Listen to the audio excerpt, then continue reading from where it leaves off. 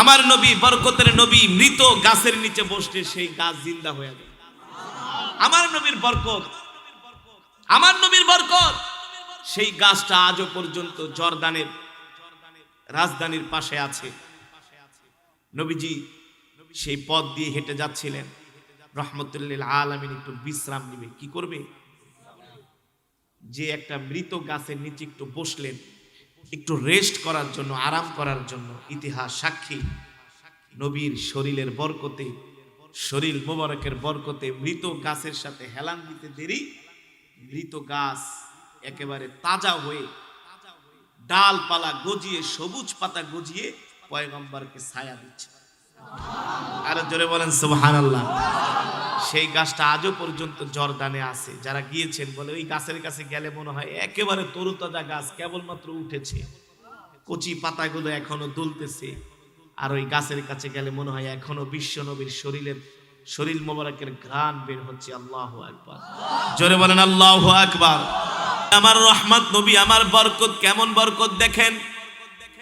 আগে তো এমন আধুনিক রাস্তাঘাট ছিল না। মানুষ যদি এক জায়গা থেকে আরেক জায়গায় যাত্রা করত, কমসে কম 10 থেকে 20 মাইল পায়ে হাঁটতে হতো, হতো কিনা? কোনো বাড়িতে যে, অচেনা বাড়িতে যে বলতো, মা আপনার বাসায় একটু পানি আছে কিনা, একটি টিউবওয়েলের ঠান্ডা পানি দেন, ঠিক কিনা বলেন? অথবা কোনো গাছের নিচে, বট গাছের নিচে আশ্রয় নিত মানুষ, একটু রেস্ট করত, বিশ্রাম নিত, ঠিক কিনা বলেন? রহমাতুল্লিল আলামিন ক্লান্ত হয়ে গেছেন, হাঁটতে হাঁটতে ক্লান্ত হয়ে গেছেন। রহমাতুল্লিল আলামিন জিজ্ঞেস করে, আবু বকর দেখেন কোনো লোকালয় পাওয়া যায় কিনা, কোনো বাড়িঘর পাওয়া যায় কিনা। ওগো রহমাতুল্লিল আলামিন, কি করবেন, কি করবেন? লোকালয়ে যে একটু বিশ্রাম নিব, বিশ্রাম, একটু রেস্ট করব, দেখি ওই বাড়িতে কোনো ঠান্ডা পানি ঠানি পাওয়া যায় কিনা, একটু পানি খাবো। নবীজির পিপাসায় কলিজা শুকিয়ে যাচ্ছে। সিদ্দিকে আকবর তাকায়, দেখে অনেক দূরে একটা বাড়ি দেখা যায়। ওগো রহমাতুল্লিল আলামিন, অনেক দূরে একটা বাড়ি দেখা যায়, চলেন চলেন ওই বাড়িতে আমরা রেস্ট করব, বিশ্রাম নিব। রহমাতুল্লিল আলামিন সহ সিদ্দিকে আকবর হাঁটতে হাঁটতে সেই বাড়িতে চলে গেলেন। বাড়ির ঘরের দরজা নক করলেন। সিদ্দিকে আকবর বলে, ও মা, আপনার বাড়িতে কেউ আছে নাকি? ঘরের ভিতর থেকে একটা আওয়াজ আসলো, মৃদু কণ্ঠে, মহিলা কণ্ঠে। একজন মা ভিতর থেকে আওয়াজ করে বলছেন, বাবা আমি তো একজন মহিলা মানুষ, আমার স্বামী সে ছাগল চড়ানোর জন্য, বকরি চড়ানোর জন্য খেতে চলে গেছে, মরুভূমিতে চলে গেছে ঘাস খাওয়ানোর জন্য। সিদ্দিকে আকবর বলে, মা আপনার স্বামীর নাম কি? বলে, আমার স্বামীর নাম হচ্ছে আবু মাবাদ, আর আমার নাম হচ্ছে উম্মে মাবাদ। আল্লাহু আকবার। সিদ্দিকে আকবর বলে, মা আপনার ঘরে কোনো খাবার ঠাবার আছে কিনা, থাকলে একটু দেন। আমরা দুইজন পথিক মক্কা থেকে আসছে, মদিনায় যাব, একটু বিশ্রাম করার জন্য, একটু ঠান্ডা পানি খাওয়ার জন্য, কিছু খাবার জন্য আপনার বাড়িতে আমরা আশ্রয় নিয়েছি। ও মা, আপনার ঘরে যদি কোনো খাবার থাকেন আপনি দিতে পারেন। কিন্তু সিদ্দিকে আকবর বলে নাই, ও মা আপনার বাড়িতে বিশ্বনবী রহমাতুল্লিল আলামিন এসেছে। আল্লাহু আকবার। এ কথা বলে নাই। এ কথা না বলতেই উম্মে মাবাদ বলে, আমি ঘর থেকে একজন যুবক মুহাম্মদ ইবনে আব্দুল্লাহ যখন আমার বাড়িতে ঢুকলেন, যুবক মুহাম্মদ ইবনে আব্দুল্লাহ নবীকে যখন আমি দেখলাম এক পলক, তার চেহারা এত সুন্দর, আমি আমার জীবনেও কোনোদিন এই মক্কা নগরীতে, আমার এলাকায় এত সুন্দর চেহারার মানুষ দেখি নাই। আল্লাহু আকবার। আর এই যুবকের চেহারা এত সুন্দর, চোখ দুটি এত সুন্দর, কান দুটি এত সুন্দর, তার মুখমণ্ডলটা এত সুন্দর, মনে হয় বেদেনার রস লাগায় দেওয়া হয়েছে। আল্লাহু আকবার। তার কালো কেশগুলো এত সুন্দর, মনে হয় মোহাম্মদ, যুবক মোহাম্মদ সাল্লাল্লাহু আলাইহি সাল্লামের চুলের মধ্যে মনে হয় ফেরেশতারা দোল খাচ্ছে, দোল।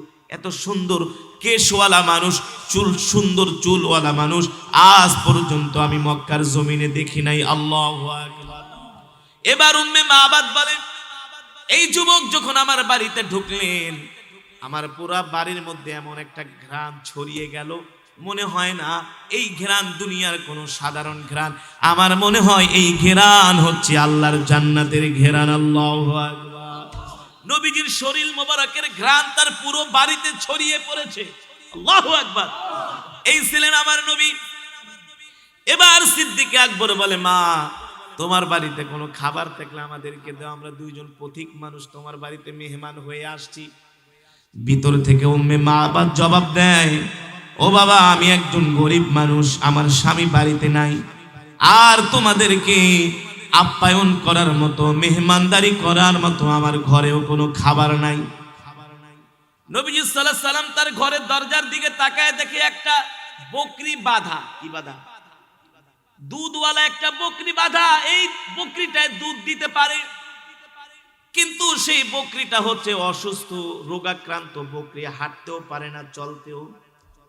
নবীজি সাল্লাল্লাহু আলাইহি সাল্লাম বলে, আবু বকর জিজ্ঞেস করো, এই যে এখানে একটা বকরি বাঁধা, এর থেকে যদি আমরা দুধ দহন করে যদি আমরা পান করি তাহলে তার কোনো আপত্তি আছে কিনা?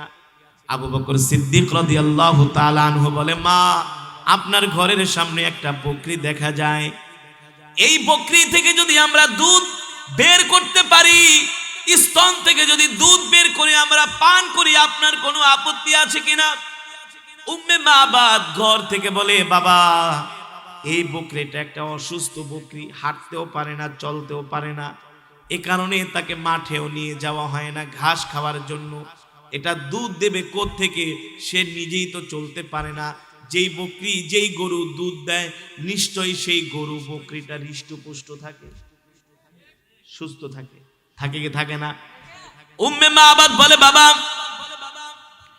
এই বকরিটার দুধ দেওয়ার মতো কোনো ক্ষমতা নাই, সে একটা অসুস্থ বকরি, এ কারণে আমরা তাকে মাঠে ঘাসও খেতে নিয়ে যাই না। রাহমাতুল লিল আলামিন বলে, আবু বকর আপনি উম্মে মাবাদকে বলেন, আমি যদি এই রোগাক্রান্ত বকরি থেকে দুধ বের করতে পারি তার কোনো আপত্তি আছে কিনা? আবু বকর সিদ্দিক বলে, বা ও মা আমরা যদি এই রোগাক্রান্ত বকরি থেকে যদি দুধ দহন করতে পারি আপনার কোনো আফসোস আছে কিনা? উম্মে মাবাদ বলে, বাবা এটা একটা রোগাক্রান্ত বকরি, কোনোদিনই তার স্তন থেকে দুধ বের করা সম্ভব, কিন্তু সে তো জানে না তার বাড়িতে কে আসছে, সে তো জানে না তার বাড়িতে কে আগমন করছে, ঠিক কিনা বলেন? নবীজি বললেন, আবু বকর তুমি জিজ্ঞেস করো, যদি তার কোনো আপত্তি না থাকে তাহলে বড় একটা বালতি দিতে কও।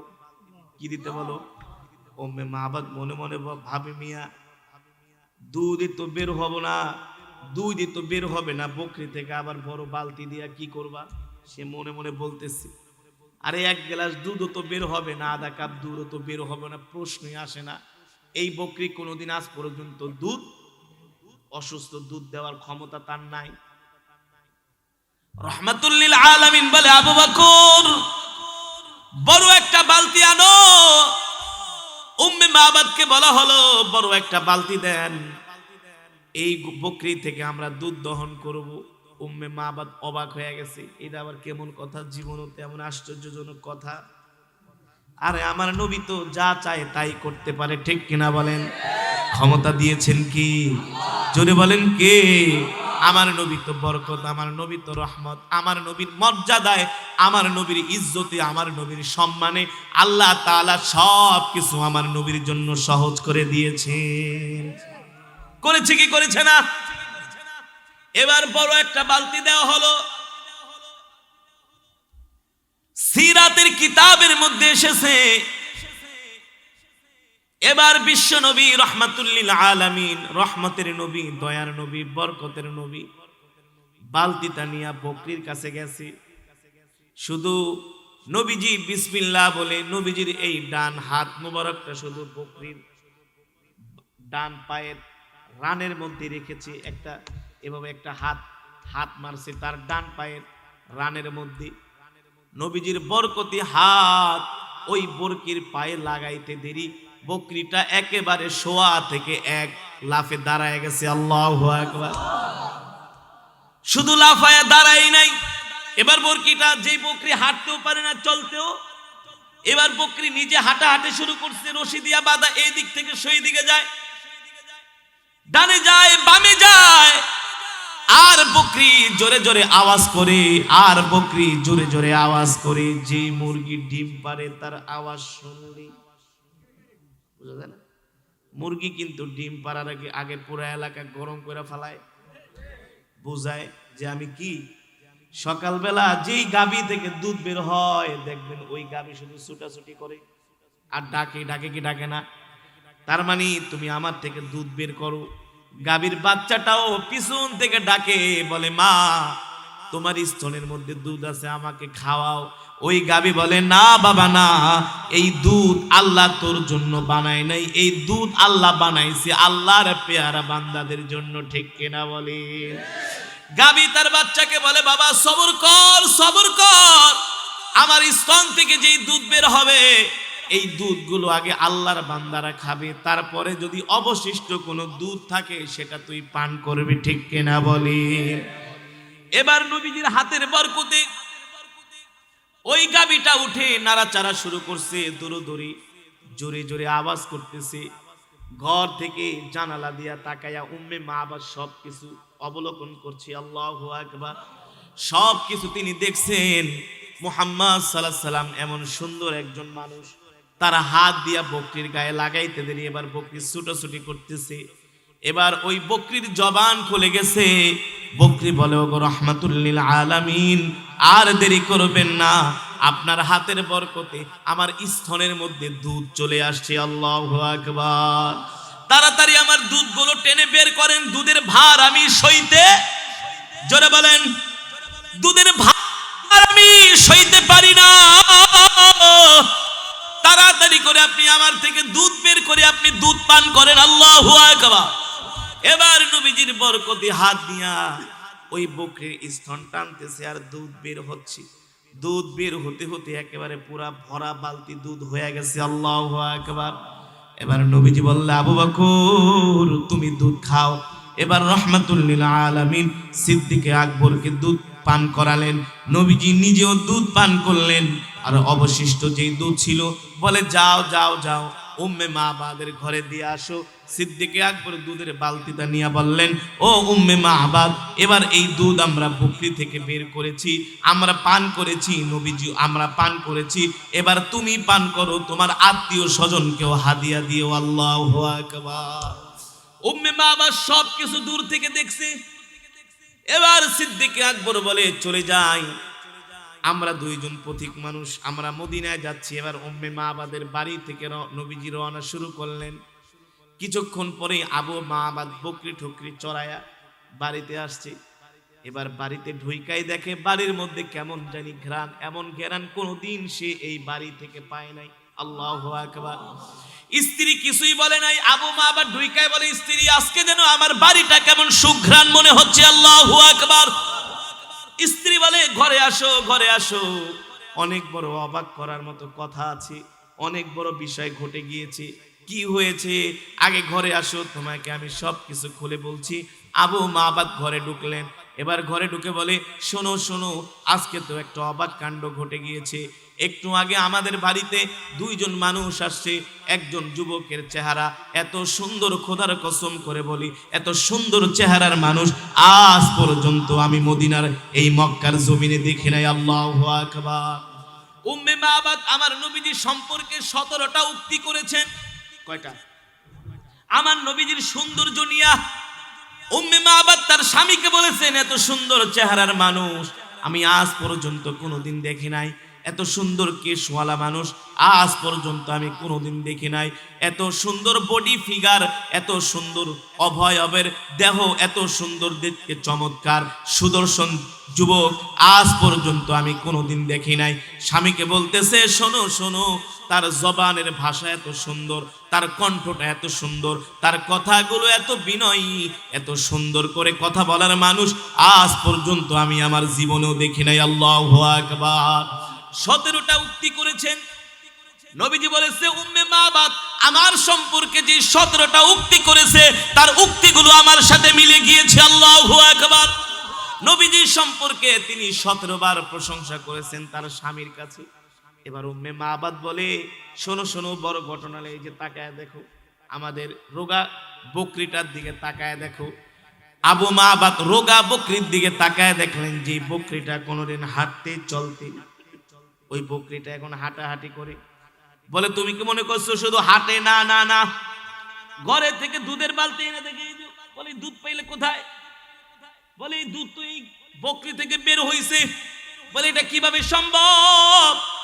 উম্মে মাবাদ বলে, ও প্রিয় স্বামী, এটা কিভাবে সম্ভব আমিও জানি না। আল্লাহু আকবার। কিন্তু ওই যুবক দেখলাম তার হাত মোবারকটা শুধু বকরির সাথে লাগাইছে, সাথে সাথে বকরি দাঁড়ায় গেছে। আবু মাবাদ বলে, ওই স্ত্রী, খোদার কসম করে বলি, আমাদের বাড়িতে যে আসছিল সে দুনিয়ার কোনো সাধারণ মানুষ নয়, সে হচ্ছেন আল্লাহর পয়গম্বর মুহাম্মদুর রাসূলুল্লাহ সাল্লাল্লাহু। আবু মাবাদ বলে, আরে এই নবীকে পাওয়ার জন্যই তো এখানে ঘর বানাইছি, এই নবীকে দেখার জন্যই তো এখানে ঘর বানিয়েছি। আরে আমি জেনেছি এই রাস্তা দিয়া মুহাম্মদ সাল্লাল্লাহু আলাইহি সাল্লাম আল্লাহর পয়গম্বর মক্কা থেকে মদিনায় হিজরত করবে। আরে তাকে মেহমানদারি করানোর জন্যই তো আমি এখানে বাড়ি বানাইছি। আরে যেই নবীরে চোখে দেখতে পারলাম না, বাড়িঘর ভাঙ, গাট্টি বস্তা যা আছে কোন দিকে গেছে? বলে এই দিকে। বলে চল চল, আমরাও মুহাম্মদ সাল্লাল্লাহু আলাইহি সাল্লামের সাথে মদিনায় চলে যাব। আল্লাহু আকবার। আবু মাবাদ আর উম্মে মাবাদ মদিনায় চলে গেলেন। সেখানে যে রহমাতুল লিল আলামিনের হাতে হাত রেখে তারা কালেমা পড়ে মুসলমান হয়ে গেলেন। আল্লাহু আকবার। মুসলমান, আমার নবী হচ্ছেন রহমত, আমার নবী হচ্ছেন বরকত। সেজন্যই আল্লাহ তাআলা কোরআনের মধ্যে বলেছেন, ইন্নাকা লা আলা খুলুকিন আযীম। ও নবী, আপনার চরিত্র সুন্দরতম চরিত্র। আজকে এই রহমাতুল লিল আলামিন কলিজার টুকরা নবীকে পায়া, কলিজার টুকরা পয়গম্বরকে পায়া আজকে আমরা মুসলমান, সেই নবীর আদর্শ মানি না, ঠিক কিনা বলি? আজকে যুবকরা রাস্তায় যে স্লোগান দেয়, অমুক নেতার আদর্শে আমরা আদর্শিত, বলে কি বলে না? বলে আমরা ওই নেতার আদর্শে রাজনীতি করি, আমরা ওই নেতার আদর্শে রাজনীতি করি। খোদার কসম করে বলি, ও মুসলমান, এই দুনিয়ার জমিনে মুহাম্মদ সাল্লাল্লাহু আলাইহি সাল্লামের আদর্শ ছাড়া পৃথিবীর যত নেতা আছে, কোন নেতার আদর্শের মধ্যেই ভালো কিছু নাই, ঠিক কিনা বলি? তুমি যদি কারো আদর্শ গ্রহণ করতে চাও, একমাত্র মুহাম্মদ সাল্লাল্লাহু আলাইহি সাল্লামের আদর্শ গ্রহণ করতে হবে। বলেছেন কে? লাকাদ কানা লাকুম ফি রাসূলিল্লাহি উসওয়াতুন হাসানাহ। আল্লাহ বলে, ও নবী, আপনার আদর্শই সুন্দর আদর্শ, আপনার চরিত্রই সুন্দর চরিত্র। ও মুসলমান, আমার নবী 63 বছর জিন্দেগিতে কোনো মানুষ, কোনো মুসলমান, কোনো কাফের, কোনো বেদ্দিন বলতে পারবে না আমার নবী 63 বছর জিন্দেগিতে কোনো মানুষের মনে কষ্ট দিয়েছে। বলতে পারবে? আমার নবী কোনোদিন মানুষের সাথে কর্কশ ভাষায় কথা বলে নাই। আমার নবী কোনোদিন কোনো মানুষের মনে কষ্ট দেয় নাই। আমার নবী তো এমন পয়গম্বর ছিলেন, নবীজিকে যারা সবচাইতে বেশি কষ্ট দিয়েছে তাদের সাথেও নবীজি সুন্দর আচরণ করেছেন, বিনয়ের আচরণ করেছেন, ঠিক কিনা বলেন? আমার নবী কখনো কাফেরদের সাথে কোনোদিন গরম ভাষায় কথা বলে নাই। হ্যাঁ, কিন্তু কোন কাফের বেঈমান যখন ইসলামকে অবমাননা করেছে তখন আর নবীজি চুপ থাকে নাই, ঠিক কিনা বলেন? যখন কোন কাফের ইসলামের বিরুদ্ধে কটূক্তি করেছে, আল্লাহকে গালি দিয়েছে, তখন আর পয়গম্বর চুপ। নবীজির চেহারা ছিল এত সুন্দর, নবীজি হাসি দিলে তার চেহারাটা মনে হয় বেদেনার মতো লাল হয়ে যেত। সাহাবায়ে কেরাম বলে, কেউ যদি ইসলামের বিরুদ্ধে আল্লাহকে গালি দিত, ইসলামকে কটাক্ষ করত, কেউ যদি ইসলাম বহির্ভূত কোনো কাজ করত, এই অবস্থা দেখলে রহমাতুল লিল আলামিনের চেহারা মনে হয় রক্ত উঠে যেত, ঠিক কিনা বলেন? চোখ দুটো লাল হয়ে যেত, ঠিক কিনা বলেন? এ কারণে ও যুবক, ও মুসলমান, আমার নবী রহমতের নবী, বরকতের নবী, এই নবীকে শুধু মুখে মুখেই ভালোবাসলে হবে না, খোদার কসম করে বলি, এই নবীকে ভালোবাসতে হবে তার সুন্নতের মাধ্যমে, ঠিক কিনা বলেন? তার আদর্শের মাধ্যমে তাকে ভালোবাসতে হবে, ঠিক কিনা বলেন? এক সাহাবী এসে আল্লাহর নবীকে বললেন, ওগো রহমাতুল লিল আলামিন, আপনি আমাকে জান্নাতে যাওয়ার জন্য সহজ একটা পথ বাতলে দেন, একেবারে জান্নাতে যাওয়ার জন্য সহজ একটা পথ আমাকে বলে দেন। নবীজি ওই সাহাবীকে 3টা নসিহত করলেন। কয়টা? ওই 3টা নসিহত যদি আমরাও আমাদের জীবনে বাস্তবায়ন করতে পারি, ওই তিনটা নসিহত পয়গম্বরের যদি আমরাও আমল করতে পারি, আল্লাহ তাআলা আমাদের জন্য জান্নাতকে সহজ করে দিবে, ঠিক কিনা বলেন? নাম্বার 1 তিনটা। এক নাম্বার হচ্ছে আফসুস সালাম। কি? এক মুসলমান আর এক মুসলমানকে সালাম দিবে। কি করবে? আজকে তো আমাদের সমাজ থেকে সালাম উঠে গেছে, ঠিক কিনা বলেন? আমরা মুসলমানকে সালাম দিতে চাই না, সালাম দিতে চাই না। এখন আর আমাদের সমাজে সালামের প্রচলন নাই। হাদিস শরীফের ভিতরে এসছে, কেউ যদি কমপক্ষে 20 জন মুসলমানকে দৈনিক সালাম দেয়, কয়জন? জোরে বলেন। তার ইন্তেকাল সাথী, ঠিক কিনা বলেন? আপনারা জানেন মক্কা থেকে মদিনার দূরত্ব হচ্ছে 450 কিলোমিটার। কত কিলোমিটার? এখন তো আধুনিক রাস্তা আছে, ঘাট আছে, সুন্দর সুন্দর গাড়ি আছে। 1-1.5-2 ঘন্টায় 450 কিলোমিটার পৌঁছানো সম্ভব। কিন্তু রহমতুল্লিল আলামিন, দয়ার নবী, মায়ার নবী যখন মক্কা থেকে হিজরত করে মদিনায় গিয়েছিলেন, তখন কোনো রাস্তাঘাট ছিল না। পাহাড়ি রাস্তা, আঁকা বাঁকা রাস্তা, ঝোপ ঝাপটার রাস্তা, জঙ্গলের মধ্য দিয়ে পাথরের উপরে হেঁটে হেঁটে রহমতুল্লিল আলামিনকে হিজরত করতে হয়েছে, ঠিক কিনা বলেন? সিদ্দিকে আকবর বলেন, আমরা যখন মক্কা থেকে হিজরত করে মদিনার দিকে যাচ্ছি, অনেক সময় পাথরের রাস্তা, এই রাস্তাগুলো আমাদের হেঁটে হেঁটে পথ অতিক্রম করতে হয়েছে। আবু বকর সিদ্দিক রাদিয়াল্লাহু তাআলা আনহু বলে, আমার নিজের চোখে দেখা রহমাতুল্লিল আলামিন যখন শক্ত পাথরের উপরে পাড়া দেয়, ওই পাথরটা আল্লাহর নবীজির সম্মানে পাথরটা তুলার মতো নরম হয়ে যায়। আল্লাহু আকবার। নবীজি পাথরের উপরে পাড়া দেয় আর নবীজির বরকতে পাথরটা তুলার মতো নরম হয়ে যায়। মনে হয় পাথরের উপরে পাড়া মারলে সেই পাথরটা ফোমের মতো নিচে চলে যায়। আল্লাহু আকবার। আজ পর্যন্ত শুনছেন নাকি কোন মানুষ পাথরের উপরে পাড়া দিলে কোনোদিন নরম হয় না? কোনোদিনই হবে না। কিন্তু আমার নবীজি পাথরের উপরে পাড়া দিতেন, আর নবীজির পা মোবারক লাগার কারণে ওই শক্ত পাথরটা তুলার মতো নরম হয়ে যেত। এটা হচ্ছে আমার নবীর বরকত, ঠিক কিনা বলেন? এটা হচ্ছে আমার নবীর মুজিজা, ঠিক কিনা বলেন? ও মুসলমান, এখানেই শেষ নয়।